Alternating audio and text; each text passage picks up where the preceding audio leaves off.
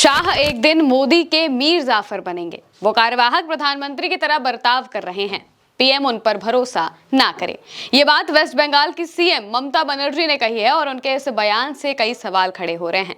ममता बनर्जी ने कोलकाता में ये बयान दिया है। कहा कि केंद्रीय गृह मंत्री अमित शाह कार्यवाहक प्रधानमंत्री की तरह बर्ताव कर रहे हैं। उन्होंने कहा कि प्रधानमंत्री नरेंद्र मोदी शाह पर ज्यादा भरोसा ना करे। शाह की तुलना वो मीर जाफर से करने लगी हैं। सीएम ने ये बयान ओडिशा के कटक में 5 अक्टूबर को दुर्गा पूजा विसर्जन के दौरान हुई हिंसा और बिहार में एसआईआर को लेकर दिया था। ममता ने कहा, कटक में हालात बहुत खराब है। भाजपा और बजरंग दल की वजह से वहां सांप्रदायिकता हिंसा हुई है। अब सवाल है कि मीर जाफर ने ऐसा क्या किया था जिस वजह से ममता ने शाह की तुलना उनसे की है। तो मीर जाफर बंगाल के नवाब सिराजुद्दौला का सेनापति था, जिसे भारतीय इतिहास में विश्वासघात का प्रतीक भी माना जाता है।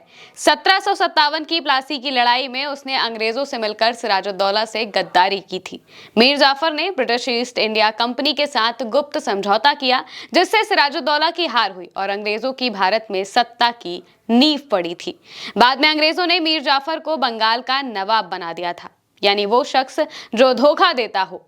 तो क्या अमित शाह सच में ऐसे हैं? क्या वो सच में प्रधानमंत्री बनने की लाइन में खड़े हैं? ममता बनर्जी खुलकर इस बात को कह रही हैं और नरेंद्र मोदी को आगाह कर रही हैं। कई लोगों को भी बिल्कुल यही लगता है, क्योंकि नरेंद्र मोदी और अमित शाह की करीबी हम सब ने देखी हुई है कि वो दोनों कितने ज्यादा करीब हैं। नरेंद्र मोदी अमित शाह को ही गुजरात लॉबी कहा जाता है। इसके अलावा जब अमित शाह को बीजेपी का चाणक्य तक कहा जाता है। कोई भी काम होता है तो अमित शाह की मंजूरी उसमें जरूरी हो जाती है। संगठन को लेकर जब फैसले लेने होते हैं तो अमित शाह नरेंद्र मोदी के बगल वाली कुर्सी में ही बैठे दिखाई देते हैं। और अक्सर हमने ये देखा है कि जब पार्टी को लेकर, अलायंसेस को लेकर कोई बात होती है तो अगर कहीं पर बात बिगड़ रही है तो वहां पर अमित शाह पहुंचकर ही बात संभालते हैं, सारी चीजें करते हैं। और इसी वजह से कई बार लोग कह चुके हैं कि नरेंद्र मोदी के बाद अमित शाह ही प्रधानमंत्री बनेंगे। ये बात कई बार होती रही है, लेकिन अमित शाह मीर जाफर जैसा काम करेंगे, ये सबसे बड़ा सवाल बनता जा रहा है। क्योंकि ममता बनर्जी ने सीधे तौर पर यही कहा है कि उन पर भरोसा ना किया जाए। यानी कि ममता बनर्जी देख रही हैं कि बीजेपी में क्या चल रहा है, संघ में इस वक्त क्या चल रहा है, किस तरीके से फूट पड़ रही है।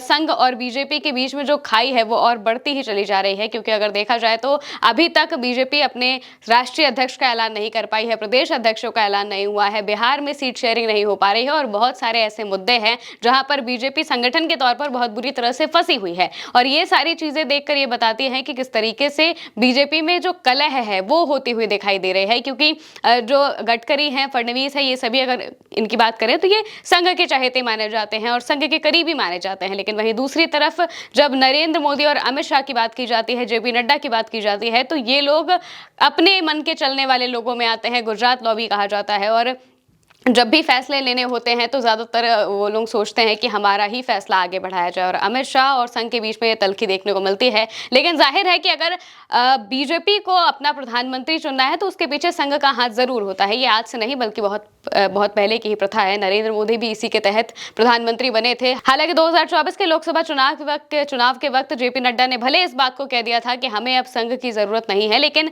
मात्र 1 साल के अंदर ही संघ ने बता दिया कि तुम्हें हमारी कितनी ज्यादा जरूरत है। क्योंकि संघ चाहता है बीजेपी में अपनी पैठ मजबूत करना। बीजेपी के अंदर जो पार्टी के फैसले होते हैं उनमें संघ का कोई आदमी चाहता है। संघ इसी वजह से अभी तक जो राष्ट्रीय अध्यक्ष का चुनाव है वो नहीं हो पाया है, क्योंकि संघ संजय जोशी के नाम पर अड़ा हुआ है और अमित शाह, नरेंद्र मोदी ये दूसरे नाम सामने रख रहे हैं। अमित शाह खास तौर से संघ के नामों को ठुकरा देते हैं, नकार देते हैं, लेकिन नरेंद्र मोदी उन पर हाँ कह देते हैं। और यही जो भरोसा है, इसी भरोसे को कायम ना करने की बात ममता बनर्जी कह रही हैं। वो कह रही हैं कि आपको मीर जाफर जैसा धोखा अमित शाह दे सकते हैं। सोचिए, मीर जाफर जैसा धोखा, क्योंकि नरेंद्र मोदी को हटाने की बात बहुत पहले से ही चल रही है। कहा जा रहा है कि बार बार जो संघ हैं, जो मोहन भागवत हैं, वो भी अपने बयानों में इन बातों को कह चुके हैं कि अगर आप 75 साल के हो जाते हैं तो आपको नए लोगों को मौका देना चाहिए। अब नरेंद्र मोदी 75 साल के हो चुके हैं।